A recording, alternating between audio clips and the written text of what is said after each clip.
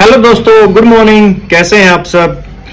सबसे पहले तो मैं माफी चाहूँगा, कल due to some technical reasons हम कोई वीडियो अपलोड नहीं कर पाए। तो आज हम अपने नेक्स्ट वीडियो के साथ अवेलेबल हैं और आज का जो हमारा टॉपिक है वो ऑनगोइंग सिम्टम से रिलेटेड है, जो कि इस मौसम में सबसे ज़्यादा परेशान करता है बच्चों को और अडल्ट्स को। तो चलिए हम अपने टॉपिक को शुरू करते हैं आज की इस वीडियो के साथ। ओके, तो आज इस टॉपिक के बारे में हम बात करने वाले हैं, उसको हम बोलते हैं डायरिया। ठीक है, डायरिया इस मौसम में होता है। डायरिया होता क्या है, कैसे होता है, क्या इसके सिम्टम्स होते हैं, क्या ट्रीटमेंट होता है, क्या इसमें सावधानियां बरतनी चाहिए, आज मैं आपको सब कुछ बताऊंगा और एक इमेजेस के थ्रू आज आपको मैं बताऊंगा। तो आप प्लीज वीडियो में मेरे साथ बने रहिएगा। तो सबसे पहले डायरिया होता क्या है। डायरिया जब एक व्यक्ति को, एक अडल्ट इंसान को या किसी बच्चे को बिल्कुल पतले हुए पानी जैसा स्टूल, जिसको हम दस्त बोलते हैं, लगते हैं और ये बिल्कुल बच्चे और बड़े दोनों को परेशान करता है। मैं यहाँ पे एक इमेज भी डालूंगा, उस इमेज में आप देखोगे कि जो वेरियस टाइप ऑफ स्टूल्स है, जिससे हम ये आइडिया लगा सकते हैं कि ये हमें कॉन्स्टिपेशन है या सीवियर कॉन्स्टिपेशन है या नॉर्मल पॉइंट है या फिर डायरिया या एक्यूट डायरिया है। ओके, तो अगर ऐसा कुछ है, आपको जो मैं इमेज डालू उसमें आप खुद देख सकते हैं, तो उसको आप समझिए और कोशिश कीजिए समझने के बाद क्या आपको अपने फिजिशियन से इसके बारे में सलाह लेने की जरूरत है या नहीं है।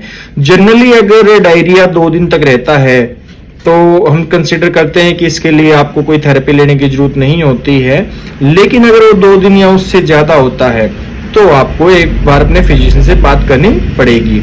अगर हम बात करें डायरिया टाइप कितने का होता है, तो डायरिया की मेनली 3 टाइप होती हैं, एक्यूट डायरिया, परसिस्टेंट डायरिया और क्रोनिक डायरिया। एक्यूट डायरिया में क्या होता है, जैसे मैंने आपको बताया, उसमें पतले स्टूल रहते हैं बिल्कुल, और आपको कुछ खाने के तुरंत बाद महसूस होता है कि मैं अपना स्टूल पास करके आऊं। और इसमें ये जो डायरिया की स्टेज होती है एक्यूट में, इसमें 1 या 2 दिन के लिए आपको डायरिया की प्रॉब्लम होती है, उसके बाद जनरली अपने आप ठीक हो जाते हैं। एक परसिस्टेंट डायरिया होता है जो कि आपका एक्यूट डायरिया से बढ़ के 1 या 2 दिन से लेके अप टू 2 या 3 वीक्स तक रहता है। उसके बाद थर्ड है क्रोनिक डायरिया। क्रोनिक डायरिया जो है ये बहुत खतरनाक स्टेज होती है, इसमें आपको अपने फिजिशियन से कंसल्ट करना चाहिए, कोई छुपाने की जरूरत नहीं होती है। इसमें अगर आपका होता है परसिस्टेंट डायरिया से जब ऊपर की स्टेज आती है, फॉर एग्जांपल 2 to 3 वीक से अगर आपको कंटिन्यूअस डायरिया है, तो उसके बाद आपको अपने फिजिशियन से कंसल्ट करना पड़ेगा। इसको समझाने के लिए भी मैं एक इमेज इसके अंदर फिट करूंगा, आप लोग चेक कर सकते हैं, जो इसकी तीनों स्टेज को आपको बताएगा कि आपको कौन सी स्टेज का डायरिया फिलहाल है। ओके, अगर मैं बात करूं इसके जो कॉमनिटी की डायरिया की कितना कॉमन है ये, तो ये डायरिया जो है वो हर अडल्ट को 1 ईयर में 1 बार एटलीस्ट हिट करता है और चिल्ड्रंस को 2 बार हिट करता है। जो अडल्ट हैं उनमें इसका होने का जो मेन कारण होता है वो इन्फेक्शंस हो सकते हैं, वायरस हो सकता है, बैक्टीरिया हो सकता है, पैरासाइट्स हो सकते हैं। और अगर मैं बात करूं अडल्ट्स में जो मेन वायरस होता है इस डायरिया को फैलाने के लिए, वो होता है नोरो वायरस। वहीं अगर मैं चिल्ड्रंस की बात करूं तो रोटा वायरस जो होता है, जो कि बच्चों में डायरिया को क्रिएट करता है, डायरिया बनाता है। इसके लिए भी मैं एक इमेज डालूंगा, आप इमेज में देख के इसके जो कोजेज होते हैं उनको समझ पाएंगे कि हमें कौन सी स्टेज का डायरिया और हमें किस वजह से क्या डायरिया की प्रॉब्लम हो रही है। और इसके बाद अगर मैं बात करूं तो जो फूड पॉइजनिंग होती है वो भी एक बहुत बड़ा कंसर्न होता है डायरिया के लिए। ट्रेवलर्स डायरिया जो होता है या फूड पॉइजनिंग होती है या इन्फेक्शन वायरस बैक्टीरिया से जो होता है, ये जनरली एक्यूट डायरिया के अंदर आते हैं। तो इसके लिए आपको 1 या 2 दिन या 3 दिन मैक्सिमम होता है, जिसके लिए आपको ट्रीटमेंट ले भी सकते हैं और नहीं भी लेंगे तो ये अपने आप ठीक हो सकते हैं। इसके बाद अगर मैं बात करता हूं किसी मेडिकेशन पे अगर आप चल रहे हैं, फॉर एग्जांपल आप कोई एंटासिड्स ले रहे हैं या मैं बात करूं आपका कोई लैक्सेटिव आप ले रहे हैं या एंटीबायोटिक थेरेपी पे है, तो वो भी आपको डायरिया लेके आ सकते हैं, खासकर गर्मी के मौसम में। इसके अलावा सेलिक जो डिजीज होता है, जब आपकी बॉडी जो होती है उसको ट्रबल होती है कोई ग्लूटेन जो हम अनाज खाते हैं उसको ब्रेक डाउन करने में, ठीक है, जो कि एक प्रोटीन होता है जो हमें गेहूं से मिलता है, तो उस कंडीशन में सेलिक डिजीज बोलते हैं, उस कंडीशन में भी आपको डायरिया हो सकता है। और जो डायरिया है, फॉर एग्जांपल कोई ऐसा रोग है जैसे IBS है, इरिटेबल बाउल सिंड्रोम जो होता है, वो अगर आपको प्रॉब्लम होती है तो उससे भी आपको डायरिया आ सकता है, क्योंकि ये आपके इंटेस्टाइन को हिट करते हैं। ओके, अगर मैं बात करूं सिम्टम्स की, तो सिम्टम्स से क्या होता है, अगर आपको डायरिया है तो आपको क्या क्या सिम्टम्स आ सकते हैं। उनमें सबसे पहले अगर मैं बात करूंगा तो आपको ब्लोटिंग हो सकती है, पेट में जो मरोड़ होते हैं, अचानक से कुछ भी हमने खाया है तो हमें पेट में मरोड़ गुड़गुड़ महसूस होती है और हमें महसूस होता है कि हम जाएं और स्टूल पास करके आए। स्टूल की अर्जेंसी होती है इसमें एक तरह से। दूसरा, आप जो पेट में दर्द है वो आपको हो सकता है।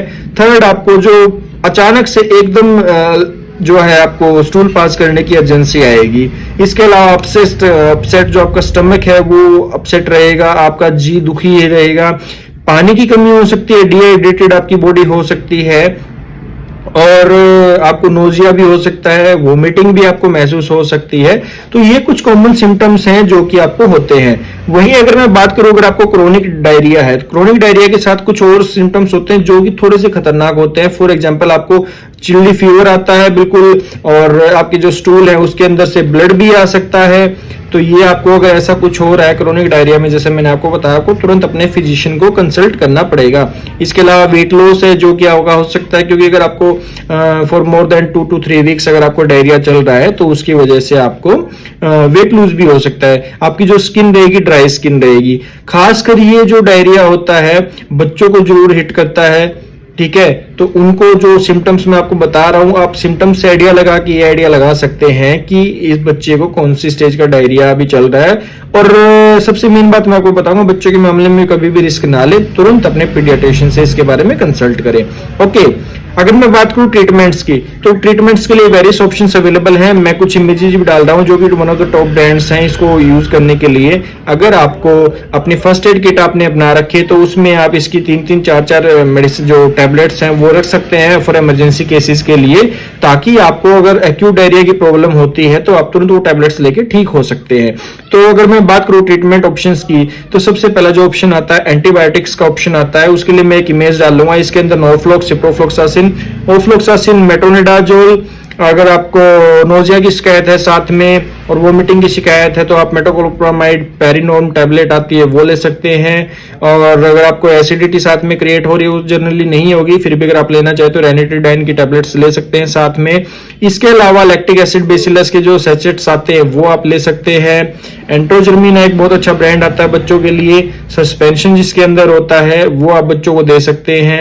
ओफ्लॉक्सोजेड के जनरली जो मैंने आपको बताया इनके सबके सिरप्स भी आते हैं एमल्शन से भी, जो बच्चों को आप दे सकते हैं डायरिया के अंदर।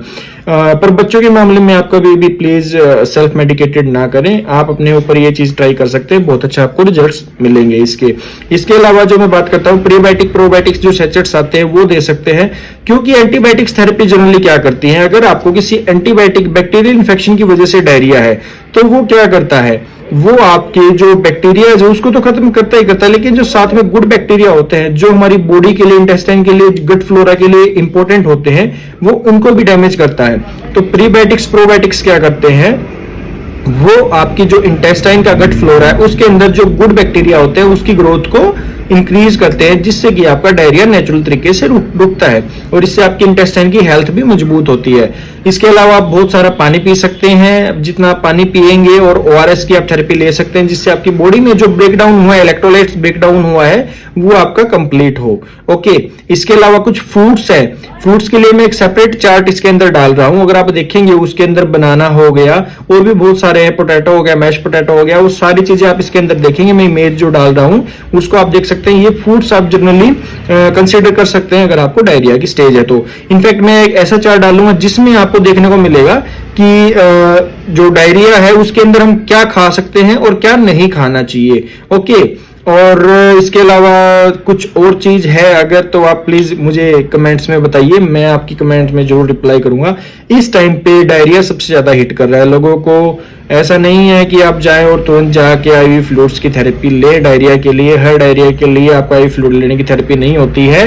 कोशिश कीजिए आप घर पे at least 5 to 6 litre per day पानी पीजिए, ओआरएस थेरेपी लीजिए। कुछ मेडिसिन जो मैंने यहाँ पे इमेज डाली है वो आप देखिए, उन मेडिसिन को आप ले सकते हैं। अगर आपको किसी तरह की कोई दिक्कत महसूस हो रही है तो आप मुझे डायरेक्ट मैसेज कर सकते हैं। I will be there for you, मैं आपको रिप्लाई भी दूंगा और मैं आपको उसके बारे में थोड़ा सा बताऊंगा भी कि आप इन मेडिसिन को किस तरीके से ले सकते हैं। पर प्लीज कभी भी बिना किसी सलाह के मेडिसिन ना लें, क्योंकि हमारे चैनल का जो मोटो है वो ये है कि ड्रग्स को अब्यूज नहीं, यूज करो। और यूज कब हो सकते हैं, जब हम एक प्रॉपर गाइडेंस के साथ एक प्रॉपर डोज के अंदर उसको कंसिडर करें। Okay, thank you guys, have a good day, take care, bye bye.